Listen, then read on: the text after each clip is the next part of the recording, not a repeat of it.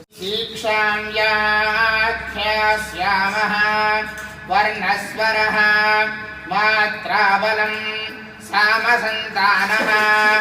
इत्युक्तस्यैक्षाध्यायः सहनौ यशः सहनौ ब्रह्मवर्चसम् अथा तस्संहितायामुपनिषदं व्याख्यास्यामः पञ्चस्वधिकरणेषु अधिलोकमधिज्योतिषमधिविद्यमधिप्रथमध्याय विद्यासन्धिः